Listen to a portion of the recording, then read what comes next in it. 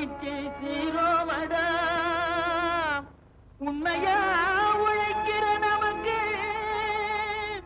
எல்லா நன்மைகளும் நாடி வந்து கூடுதடா.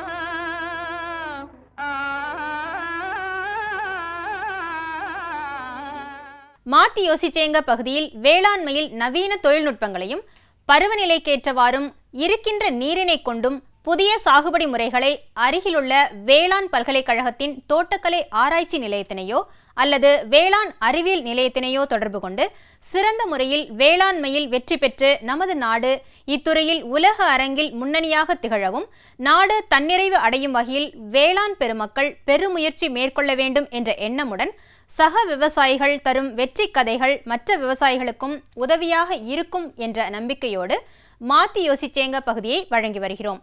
இன்றைய பகுதியில் தடியன்குடிசை பகுதியை சேர்ந்த கேசி பட்டியை சார்ந்த விவசாயி டி பழனிவேல் ராஜன் தரும் காப்பி தோட்டத்தில் மலைவாழை எவ்வாறு சாகுபடி செய்கிறார் என்பதை அவரிடமே கேட்டபோது,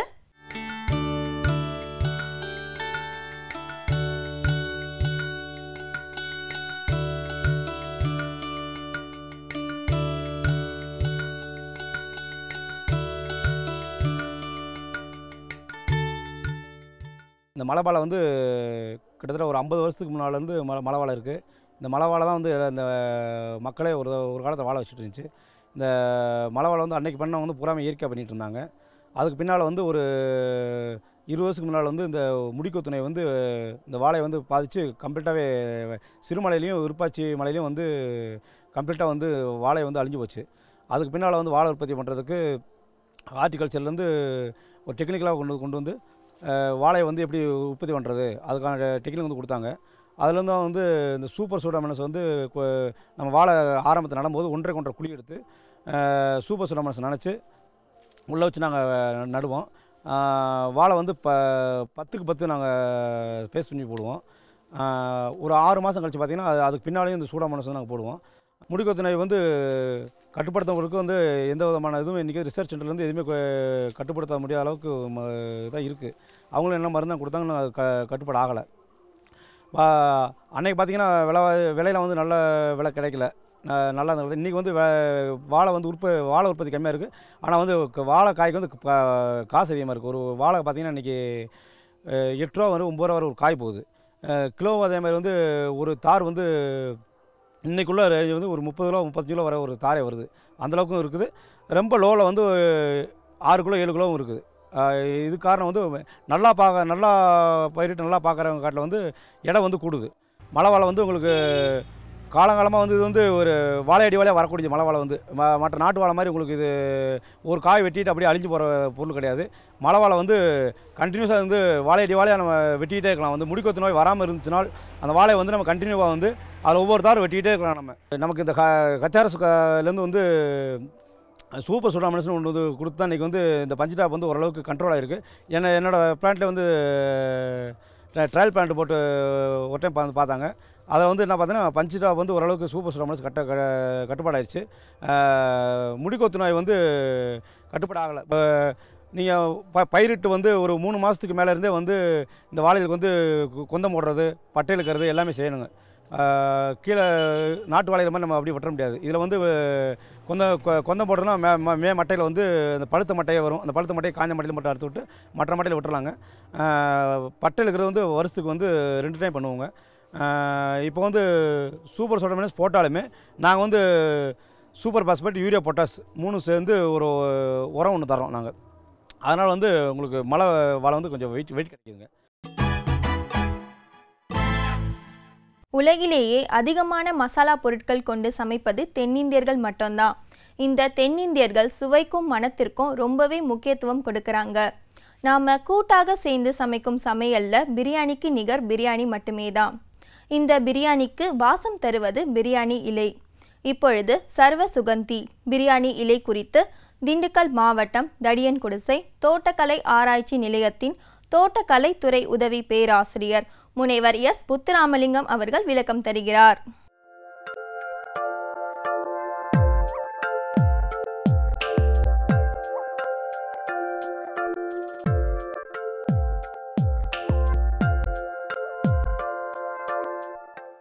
மர வாசனை பயிர்களில் பிரியாணிகளின் இலை என்று சொல்லக்கூடிய இந்த ஆல்ஸ்பைஸ் ஆனது தென் அமெரிக்க நாட்டில் தோன்றியது.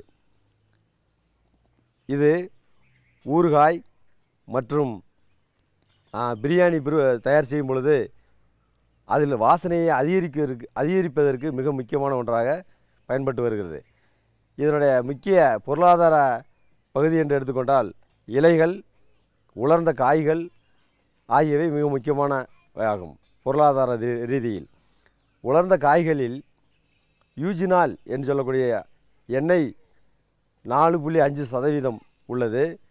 மொத்த எடையில் 60% இந்த யூஜினால் எண்ணெய் உள்ளது. இந்த எண்ணெயானது வாசனை பொருளாக மிக முக்கிய ஒன்றாக பயன்படுகிறது. இதனுடைய உயரமானது 18 மீட்டர் உயரம் வரை வளரக்கூடியது. இந்த பிரியாணிகளின் இலை ஒருங்கிணைந்த வாசனை பயிர் என்றும் கூறலாம். வாசனை பயிர்களின் குணாதிசயங்களை இந்த ஒரு மரம் தன்னகத்தை கொண்டிருப்பதால் ஒருங்கிணைந்த வாசனை பயிர் என்றும் இதை கூறலாம். ஆல்ஸ்பைஸ் வளரக்கூடிய உகந்த சூழ்நிலை தட்பவெப்பநிலை என்னவென்றால், வெப்பநிலையை பொறுத்தவரை 25 to 30 டிகிரி சென்டிகிரேட் இருக்க வேண்டும். கடல் மட்டத்திலிருந்து உயரமானது 1500 1500 மீட்டர் உயரமாக இருப்பது நல்லது. மலையளவு எடுத்துக்கொண்டால் 800 1200 மில்லிமீட்டர் மலையளவு தேவை. சத்துள்ள மண்ணானது கார அமிலத்தன்மை 5.8 to 6 வரை உள்ள மண் வளம் உள்ள பகுதிகளில் இதை பயிரிடலாம். இதை இனப்பெருக்கம் உற்பத்தி எப்படி செய்வதென்றால், விதைகள் நன்கு வளர்ச்சி அடைந்த விதைகளை எடுத்துக்கொண்டு அதனை உலர வைக்க வேண்டும். உலர வைத்து மேட்டுப்பாத்தி அமைத்து மேட்டுப்பாத்தியில் அந்த உலர்ந்த விதைகளை 2 சென்டிமீட்டர் இடைவெளி விட்டு 2 சென்டிமீட்டர் ஆழத்தில் மேட்டுப்பாத்தியில் நட வேண்டும். மேட்டுப்பாத்தியில் நடும் பொழுது நட்ட 15-20 நாட்களில் முளைப்புத்தன்மை ஆரம்பித்துவிடும். இந்த முளைத்த விதைகளை எடுத்து பாலித்தீன் பைகளில், அதாவது அந்த பாட் மிக்சர் என்று சொல்லக்கூடிய அந்த பாலித்தீன் பாட் மிக்சரில் 3-3-1 என்ற அளவில் 3% மண், 3% மணல், 1% எரு, நன்கு மக்கிய உலர்ந்த எருவை கலந்து அந்த 20-40 சென்டிமீட்டர் நீள அகலமுள்ள அந்த பாலித்தீன் பைகளில் நிரப்பி இந்த வளர்ச்சியடைந்த நாற்றுகளை எடுத்து நட வேண்டும். இவ்வாறு நட்ட நாற்றுக்கள் 1 வருடத்துக்கு பிறகு தோட்டத்தில் நடுவதற்கு தயாராகின்றன. 6 மீட்டர் இடைவெளி செடிக்கு செடியும் 6 மீட்டர் இடைவெளி வரிசைக்கு வரிசையும் இருத்தல் நல்லது. இவ்வாறு நட்ட பின்பு வாரத்து 7 to 10 நாட்களுக்கு ஒரு முறை நீர்ப்பாசனம் செய்தால் அந்த ஆரம்ப நிலையில் அதனுடைய உயிர்ப்பிடிப்பு தன்மை அதிகமாகி நன்கு வளர்ச்சி அடைந்து பயனுள்ளதாக இருக்கும். ஒரு 8 வருட மரத்திற்கு 25 to 30 கிலோ நன்கு மக்கிய தொழு உரம் இட வேண்டும். யூரியா, பாஸ்பரஸ், பொட்டாஸ், தலைச்சத்து, மணிச்சத்து, சாம்பல் சத்து என்று எடுத்துக்கொண்டால் 500 கிராம் தலைச்சத்து யூரியா கொடுக்க வேண்டும். 1250 கிராம் சாம்பல் சத்து கொடுக்க வேண்டும். மணிச்சத்து என்று எடுத்துக்கொண்டால் 1200 கிராம் மணிச்சத்து கொடுக்க வேண்டும். ஆக தலைச்சத்து, மணிச்சத்து, சாம்பல் சத்து இவைகளை இடும் பொழுது 8 மரம் நன்றாக வளர்ந்து காய்களை கொடுக்கின்றன. அறுவடை என்று எடுத்துக்கொண்டால் மரம் நட்ட 8 to 10 வருடங்களில் அதனுடைய காய்ப்புத்தன்மை அதிகரிக்கிறது. காய்ப்புத்தன்மை உற்பத்தி திறனை கொடுக்கிறது. இந்த பொருளாதார ரீதியில் அதிகப்படியான மகசூல் என்று எடுத்துக்கொண்டால் 15 to 20 வருட மரமானது நல்ல மகசூலை தருகிறது. எக்கனாமிக் ஈல்டுன்னு சொல்லக்கூடிய பொருளாதார மகசூலை தருகிறது. மகசூல் என்று எடுத்து பார்த்தோமானால் ஒரு மரத்திற்கு 50 to 60 கிலோ காய்கள், உலர்ந்த காய்கள் கிடைக்கின்றன. இவ்வாறு அறுவடை செய்யப்பட்ட காய்களை நன்கு ஒரு 15 to 25 நாட்கள் உலர வைக்க, சூரிய ஒளியில் உலர வைத்து அதை எடுத்து உலர்த்திய காய்களை கையில் வைத்து ஆட்டி பார்த்தோமானால் கலகலா என்று மணி சத்தம் போல் கேட்க வேண்டும். அதுதான் சரியான உலர்ந்த நிலைக்கான அறிகுறிகளாகும். ஒருங்கிணைந்த மணப்பயிர் என்று ஏன் கூறுகின்றோம் என்றால், எல்லா வித வாசனை பயிர்களின் குணாதிசயங்களும் இது கொண்டிருப்பதால் ஆல்ஸ்பைஸ் பைமோண்டா டயக்கா என்று கூறுகிறோம். இப்பயிரை பயிரிட்டு அனைத்து விவசாய பெருங்குடி மக்களும் நன்கு பயனடைந்து மணப்பயிர்களின் வளர்ச்சியை, உற்பத்தி திறனை அதிகரித்து ஏற்றுமதிக்கு வாய்ப்புகளை அதிகரிக்கும்படி கூறிக்கொண்டு வாய்ப்புக்கு நன்றி கூறி விடைபெறுகிறேன். நன்றி, வணக்கம். உங்களது விமர்சனங்களும் கருத்துக்களும் வரவேற்கப்படுகின்றன. எங்களது மின்னஞ்சல் முகவரி ddagri05chennai@gmail.com. மீண்டும் நாளைய பொன் விளையும் பூமி நிகழ்ச்சியில் சந்திப்போம். நன்றி, வணக்கம்.